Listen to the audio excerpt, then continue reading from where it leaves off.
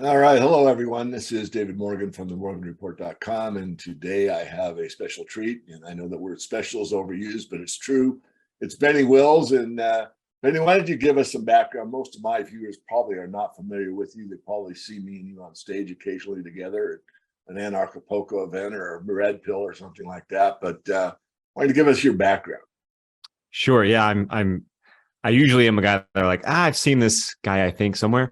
Um, yeah, so I started off, I guess, in the truth scene or freedom movement with a channel called JoyCamp on YouTube, which was sketch comedy. My friends and I created what we dubbed a conscious comedy YouTube channel back in 2012, and that led to speaking engagements for me, which led to me performing at, I guess, truth and freedom oriented conferences. I write my own poetry and perform it. And that led to being the MC of various events like Anarchapulco, Red Pill Expo, and others. And all that led me to creating something that I think really helps people. Everything I do is based off of communication, with the comedy, with the poetry. And then with what happened in 2020 with what I feel was like the ultimate line of division being drawn, I decided to really, I guess, focus less on waking people up and more on helping people who are already seeing, behind the veil. So that's the really short version of who I am. I do comedy, I do poetry, I'm a performer, MC, and I help people communicate with more efficiency now. Great. Well, thank you for that. I would say the first thing is, the way you communicate, not only what we're going to get into later, but right off the bat is, both song and poetry resonate differently with people. So you could say something in a poem that people actually pay more attention to and, let's say, get it. Whereas if you just did a normal dialogue, they might miss it or get triggered. Our famous word these days, I'm triggered, he said that word, and that Yeah. type of thing. So poetry kind of circumvents that, from my understanding and my experience, and also song as well. I mean, you go back to Bob Marley, he truly believed you could change the world with music. And I think for some instances that's true. But go ahead, you have a comment? Oh, well, just that, songs are poetry. And yeah, I started writing poetry kind of just for myself because it was a way to help organize my thoughts. And in doing so, I'm able to then talk about whatever the topic I have in my poem more clearly in conversation because I've taken the time to take my random thoughts and ideas and stream of consciousness and put it into something that's structured, that's to me pleasing to the ear to listen to. But then whatever I write about, I'm able to talk about more easily because I've taken that time to really understand my own thoughts. Right, correct. This is not rehearsed, folks. So, we're going down a rabbit hole more or less together. It's a different modality to write than it is to speak. And that's why, to me, poetry is more depth because you've got to counterbalance what you're going to say, but you have to write it down first. And what I really like about the poetry, and I've been around you enough to hear, several of them, is Yeah. you, within the poem, or at least how I see it, is you look at both sides. Like you say, oh, I thought that this and that was going to be because of Big Brother looking after our best interests.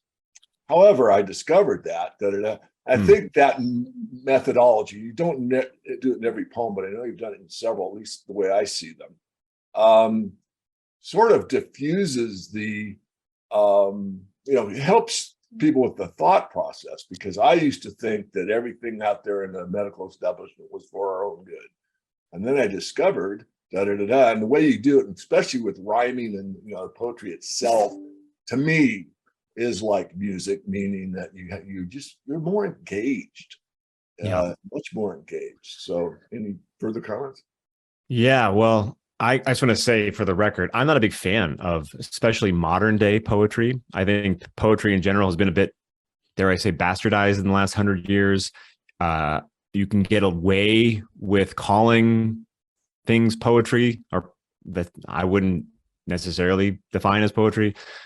So I just want to say that because there is like even myself, I have an aversion to people who say they write poetry, because if you go to like an open mic night or something, it can be pretty cringy these days.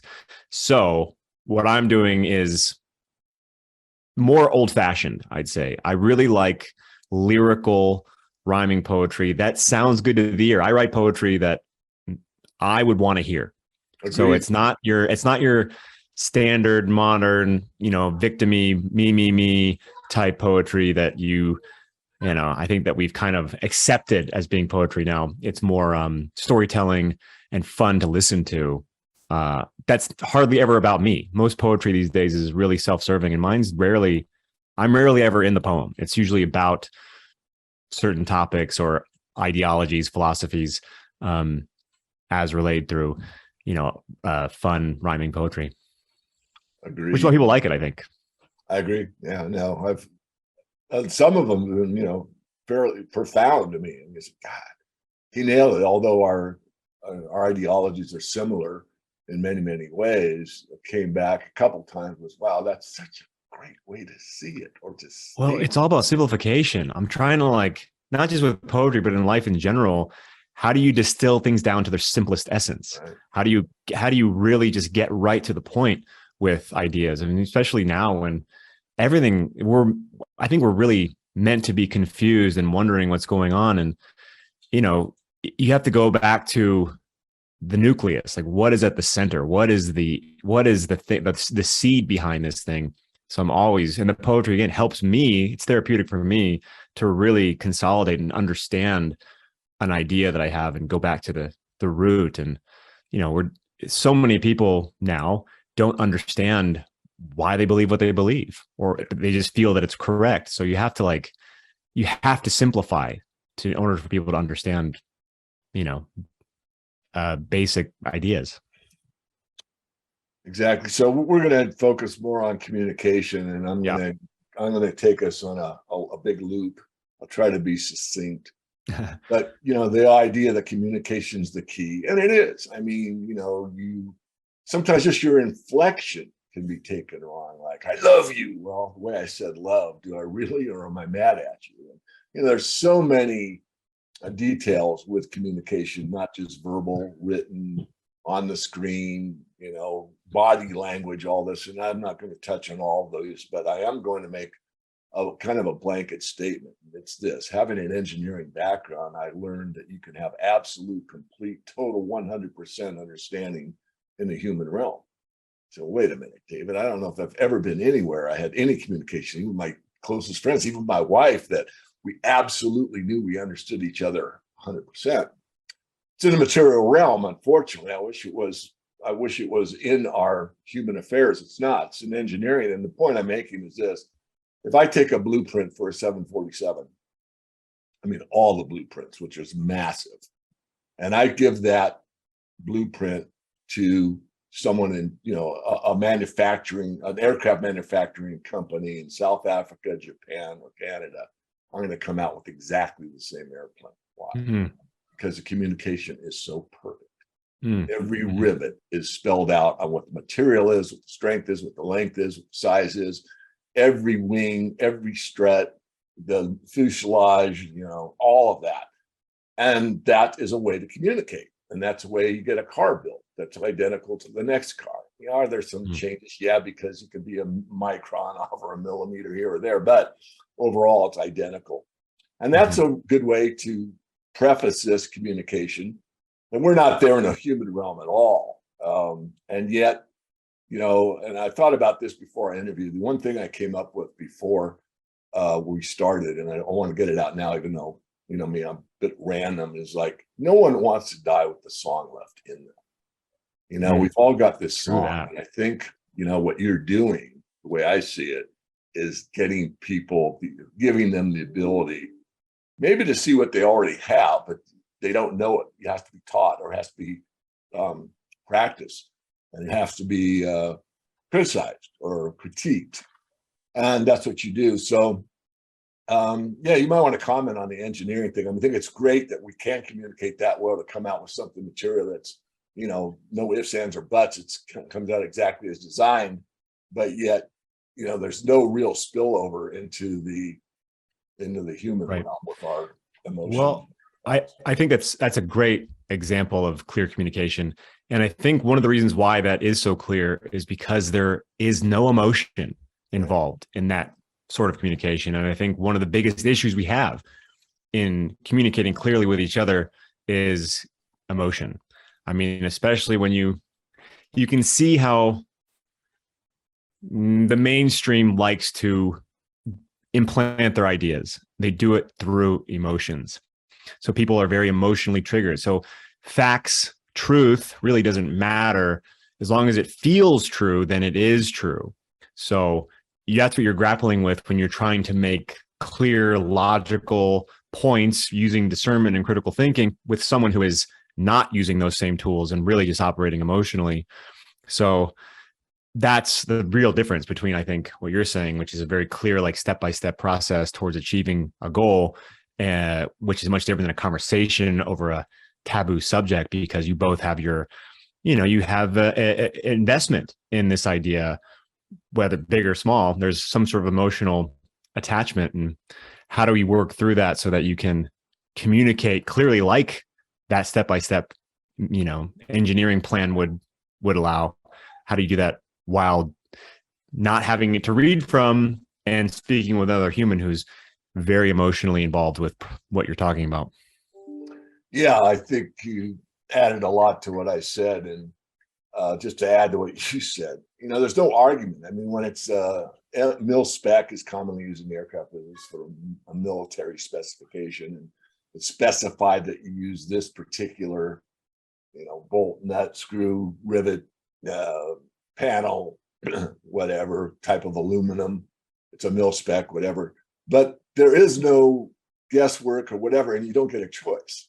It's in the print. The print says you use this, and therefore you don't question it. You don't have to argue. There's no debate. It's settled. It's settled. It's this rivet. It's this panel. So don't want to dwell on that too much. You've come up with a course that you've been teaching now for some time. I hope not to butcher it. It's called Parhesia or something like that. Nailed it. You nailed it. Okay. Tell us why you started this and what it entails. Yeah. Okay. So I have a course that I teach called Parhesia, the Art of Communication. I created it in 2020 after the pandemic hit, because I saw in real time that the lines of division were being drawn. It was like a line in the sand being drawn. And now we're living in this time where opinions can get you ostracized. Having the wrong point of view can get you reported to the authorities. And maybe even worse, it can ruin relationships with people you love. I mean, you can have falling out with your parents or your children or your siblings or your spouse because you can't find a way to talk and hear each other about important subjects. And I saw this happening. And of course, we all know, right? Divide and conquer. Divided we fall. And so it sparked something inside of me. I was determined to do what I could to help fight that division and fight that polarization so that we can still communicate in a way that we hear each other and learn from each other. So yeah, that's what I set out to do. So it really sparked something in me because I've been going down this path of truth for a long time.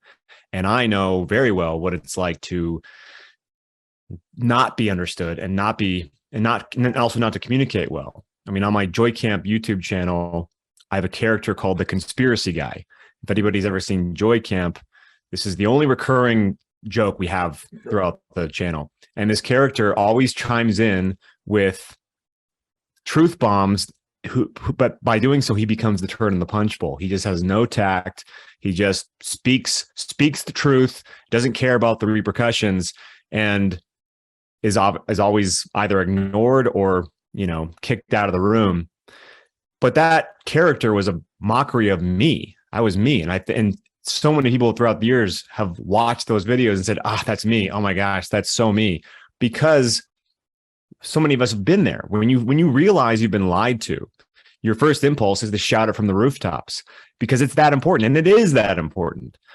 But when you're trying to communicate to people who aren't ready to hear what you're saying, they're going to reject it outright unless you use a different tactics. Even though you're passionate and you're angry and you're worked up and it's important, if you don't have a handle on how you relay that information, you're actually only going to make it worse. You're going to create more of a divide between the person you're trying to reach and the information you want them to understand. So I've been experiencing that for 20 years, or honing my craft when it comes to communication. And then when, COVID happened, it really just, I don't know, it took my work to the next level, because I went from writing poetry and sketch comedy to, okay, now I need to help people. How do I help people? How do I offer something that can really help? And communication is my way, because I'm good at it. The poetry is all under the umbrella of communication. The comedy is under the umbrella of communication. And I wanted to help those who were, especially those who were first, newly switched on by something like COVID. Because the bigger the tyrannical event, the more people will snap out of their trance. And when you're first snapping out of the trance, when you're first starting to understand that things are not what they seem, that's when you're at your worst with communication. So I was there to catch those people in particular, but also to help those who are already there, who were, losing relationships, losing their jobs, losing their minds, essentially, because of the division and the polarization that COVID narrative brought on. So yeah, I created Parhesia, and I'm doing it for a year and a half now, and it's been quite successful. And Parhesia is a word that literally means free speech. It's to speak freely or boldly. And I like to say it's freedom of your speech, how to free your speech. And yeah, it's really helping people. If I'm being honest, it's changing people's lives. And I only say that because that's what they tell me. Sure. That's great. We'll explore it some more. One of the main thoughts I got on the conspiracy guy is something I learned years ago. I don't always remember it, but honesty without compassion is brutality. Well, wait a minute. But really, we've all heard the term brutally honest. So if your wife or your sister or your mom comes up to you and says, "How do I look?" and you could say awful, that's a brutally honest statement to them, and probably would trigger them or make them feel bad. But you could tell the truth in a more gentile way and say, "Well, I've seen things that are more flattering or really prefer," especially if they're asking for your opinion, do I wear this or that? But you know what I'm saying? But there is this kind of compassion that can proceed. And, with communication, and you know more about it than me probably, but the point is that there's so many variables. And then, one of my kind of pet peeves is, truth. I often used to close, I don't do it so much anymore, with all of my weekly perspectives with there's nothing more powerful than the truth. The problem with the truth is there are not a lot of absolutes in the truth. A lot of it is a color. It's my truth. Well, there is some degree of that my truth. My truth is I eat too much, 3 times a week or whatever. Okay, right. That's my truth. But I'm speaking about the ultimate truth. And there aren't, there are those. Those are, in fact, in my opinion, the most important. But yet people don't even, so I can't communicate. What I'm trying to communicate is I'm speaking about ultimate truth. And when I say there's nothing more powerful than the truth. And yet it can be misinterpreted by a great number of the audience and saying, well, the truth is whatever I want it to be, or it changes, or it's a variable or whatever. So how do you communicate that effectively? And on it goes down the rabbit hole. So just if you could comment on the brutally honest part and what you do in your course that might help somebody in that kind of a dilemma, that you don't want to lie, but you also want to communicate so it's effective rather than, deflected. Yeah. Well, with any conversation, context is important. So every person's different, every relationship's different. So there's no, one approach that's applied to every situation. And about truth in general, we are living in a weird time where truth is a dirty word to a lot of people. You say truth and they're like, ugh, truth. It's a weird place to be in.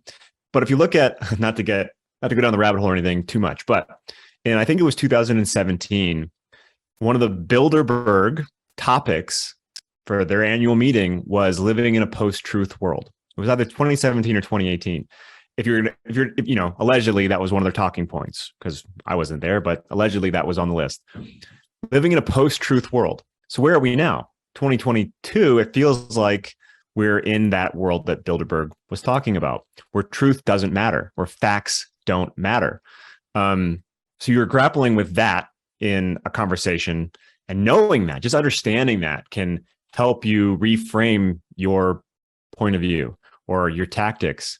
And as far as brutally honest truth, I mean, you just got to weigh. This is the thing. So many of us we're not in our bodies. We're not present. We're not able to be dexterous in these moments where we or remember that we have options and how we choose to communicate with the person that we're talking to. So mastering one's self, mastering one's ability to be malleable in the moment is probably the most important thing in any conversation or confrontation. Having that awareness, being able to feel something bubble up, like an emotion, a fear, or whatever, anger, and not letting it get the best of you, not letting it influence too much how you execute, but utilizing it nonetheless. So it's not about stifling it, but like if you're getting angry, let it be a tool that you can utilize productively rather than overtake you so that you're just a ranting, angry person. And as far as brutally honest with individuals, again, it just depends. Like if you know if what you're going to say is probably going to hurt the person. And if that's what you want to do, then you're going to do it. But if you want to say something honestly in a way that they can hear it, that they won't be offended by, you have to be careful with your words. You have to use tact. And I think that's what I'm helping people to get to, is how to, in the moment, adjust to the particular aspects of that moment with that particular person, and understanding your own intentions. This is something that we don't do very often. We don't know what's motivating us to plant this seed or have this conversation or have this debate, have this argument to make this point. We are just going for it without really knowing why, because we think it's important. But for instance, if you're setting out to change someone's mind, if that's your tactic, that's your intention, your goal, you're going to fail every time. Mm-hmm. The goal is not to change someone's mind. It's just to get them to think a little more. It's so that subtle adjustment can change a person's life when dealing with difficult subjects or, brutal honesty. There's a lot. It's very nuanced, but right. I think a lot of times people just want to be heard. They just want someone to listen to them. I mean, in this instant gratification, selfie world, I'm having this meal, my girlfriend's this hot, or, I was at this lecture, or I got to meet Benny or David or whatever the, context. It's, it's a 2-second space in time. I got to do a picture with you, and that's fine and well and good. And I always say yes to anyone that asks me. It's not about me, but the idea is people, I think, are lacking the ability to dive deep anymore. Everything has been taught kind of on a very superficial level, yet internally they know they're screaming to be heard with something of substance, because we're all very deep in some way with the human experience. I mean, when you go back to something as corny as, well, I'm not good enough, and, the kind of stuff that we do on ourselves, we're all our own worst critics. At least I believe that. And yet when you take into account the truth of the matter is, you ran the most important race of all. Out of, however many 100,000 sperm, your sperm hit the egg and you were born. So you won the race. So there's a reason that you're here. But I digress. I'm going to cut you off a little bit because I want to be of benefit to you. All right, Benny, I'm convinced. I want to take your course. It's going to help me speaking. It's going to help me writing. This is going to help me body language. What's it going to do for me?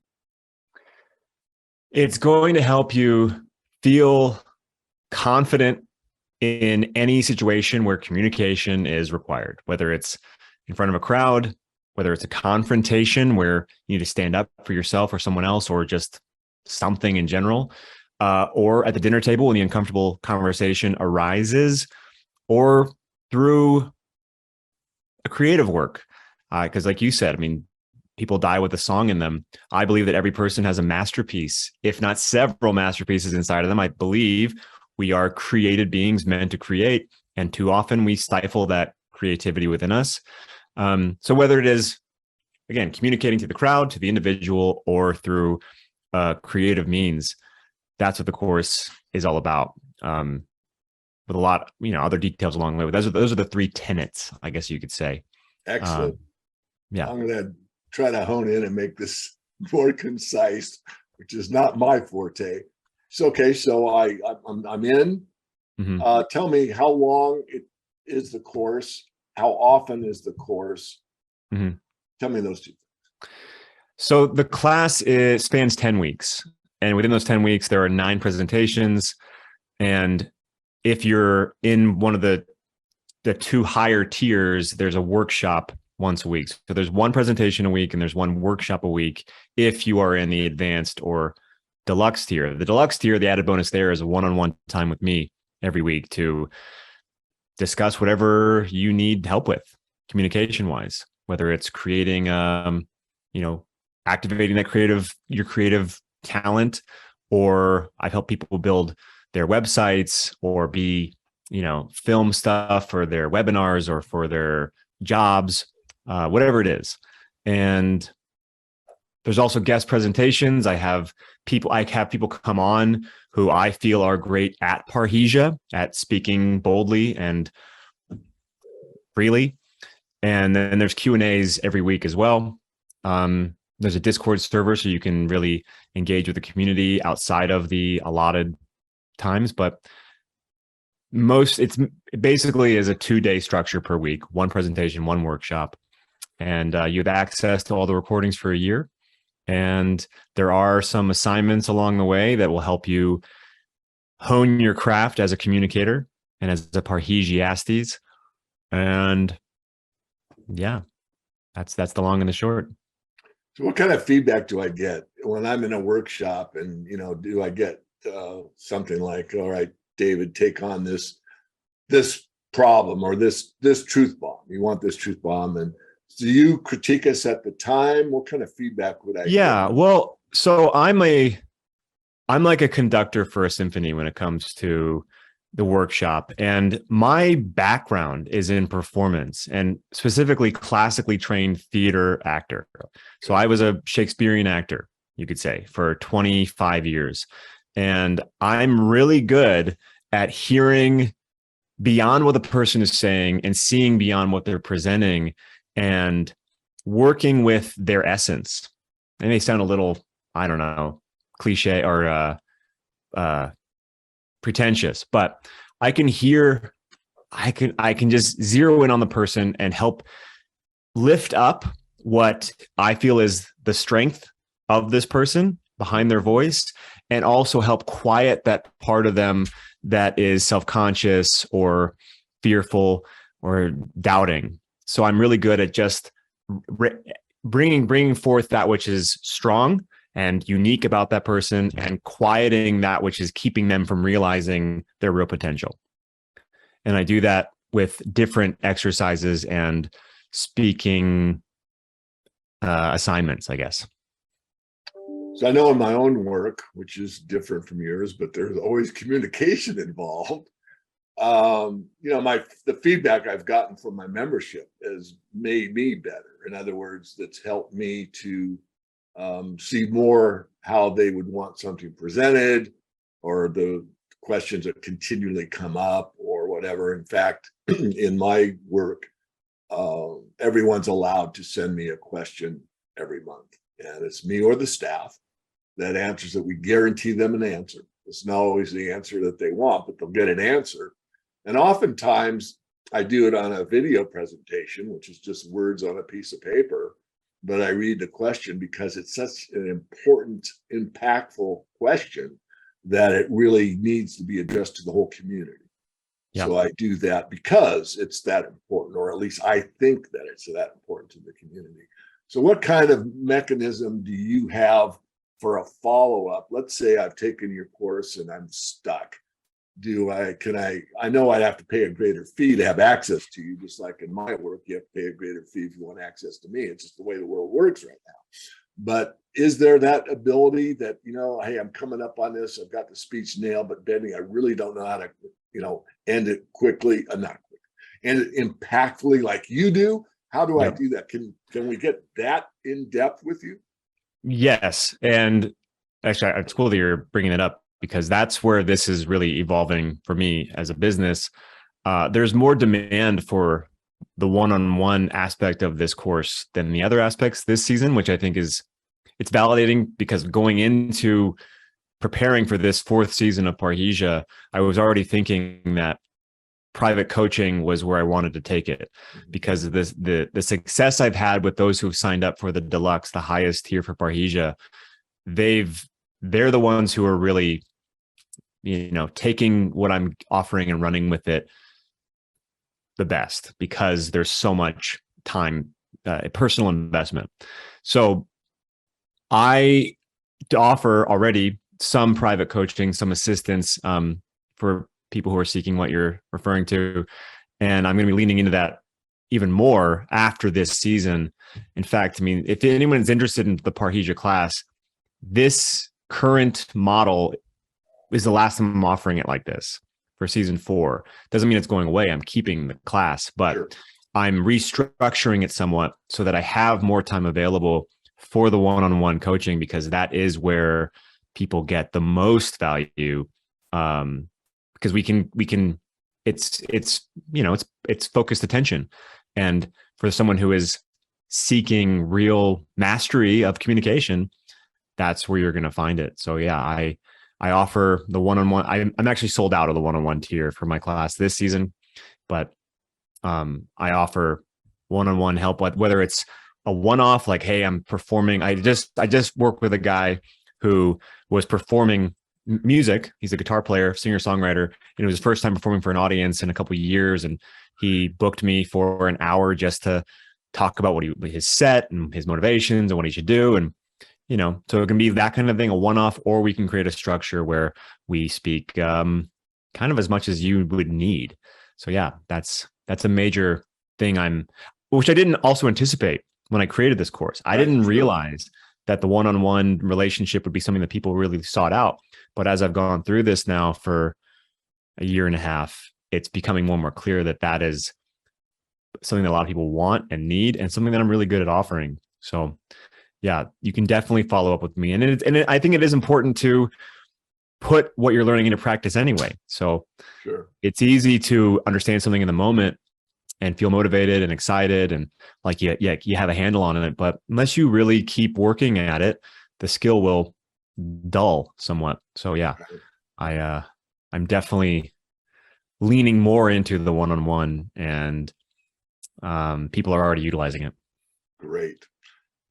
So I'm old enough to know that two people can see the exact same thing and see it differently. So I'm going to put you a little on the spot. Yeah. But we had a communication on a rather big event in your life, and we saw the same situation, and I saw it differently than you did. And I expressed it to the best of my ability. I used metaphors, which is one of my favorites, use an analogy. Well, if we analyze it this way, and of course, with an engineering background, I can overthink anything. And, I expressed myself. And so what would you give me as feedback of perhaps how I could have framed it differently or done differently? Or would you be able to objectively look at yourself and say, I was motivated by time. I thought I had very little time, and therefore maybe I rushed my decision. And I'm not picking on you. I'm just using a real example because I care about you. You know that. Your family. Can I talk about the details of this? You can do whatever you want. I wanted to frame it where it was. No. I think this is great. I think this is great because I know exactly what I think about this. So for anyone who's interested, David and I live somewhat close to each other here in the Pacific Northwest, and at the end of 2020, we were considering buying some piece of land with property on it or with dwellings on it together. And we liked one in particular, but after further analysis on David's part, he decided it wasn't for him. And my wife and I decided it was still for us. So we pursued that property anyway. And we ended up not liking the experience of owning this property, and we still own it. We're trying to sell it. And in retrospect, because I have had a lot of time to think about this, you were right. And I went wrong by not that I wasn't listening, but I didn't take it to heart. I didn't want to.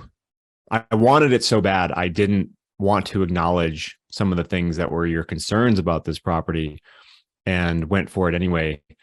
And I've learned a lot. I already think I'm going to learn a lot about this experience more as time goes on, because I'm still kind of in it because we haven't sold it yet. But I already recognize that I was operating from an emotional place. So I wasn't as grounded in my decision making as I could have been, because it was so important to me. I really wanted to make it work because I really wanted to get out of Washington and into Idaho. I had a newborn baby, and it felt like, 2020 was a weird year, and it felt like the walls were closing in a lot of ways.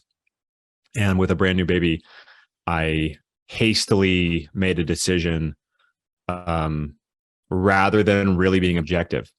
And you were right in that. And so, yeah, long story short, I should have listened better. Well, thank you for being that gut honest. You know how much I love that.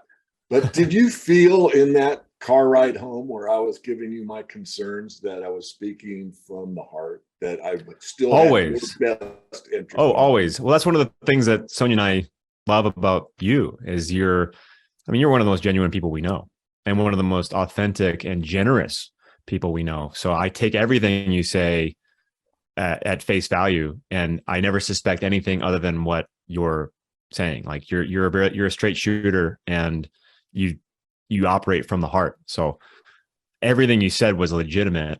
I just thought I could make it work anyway. Yeah. In spite of the concerns that you had. So no, I definitely, I only got authenticity from you in that conversation and any conversation. Yeah. Well, thank you. And to come full circle, you did make it work. I mean, you took something that wasn't optimum, and you've pretty much optimized it. So kudos to you and all the work that went in to make it happen. As soon as we sell it, it'll be a full circle. All right. Well, I think we'll close it out there. I'm going to send this off to my mailing list, and I'll put it in my community folder in my YouTube channel. And if you help promote it to your list, I will do the same and put it all over my Twitter and LinkedIn and all the other platforms I have. As you're well aware, I've been shadow banned forever, basically. But that's okay. The truth is all powerful, and communication is a skill that we could all get better at. And now that I know, I might be able to call you up. Maybe I will. I'll say, Benny, I'm doing this event and I want a standing ovation. I've never gotten one. So what do I do? But public speaking is definitely my wheelhouse. I've been doing it for, almost 30 years. So I have a lot to share when it comes to mastery of being on stage in front of a crowd. Great. The last thing I want to say is, if anybody's interested in just getting a free taste of the class without diving all the way in, I do have a free webinar called How to Stop Being the Conspiracy Guy or Girl in Less Than an Hour. And that's not to have you stop being someone who's passionate about ideas and opinions and, whatever, but how to handle yourself in a way that won't get you called crazy in those moments where you have to talk about that topic. So yeah, I have a free webinar you can sign up for on my website. I'd love to have you in the class. It starts next week, so it's very soon. And reach out to me if you have any questions. Benny@bennywills.com. Very good. Well, thank you for your time. It's always a pleasure. It's great seeing you, even though it's on an electronic platform. Yeah. I will come over and see you and the family here probably within the next week or two. Oh, please do. We would love it. And yeah, I thank you, David. It's always a pleasure. And we all look forward to seeing you soon.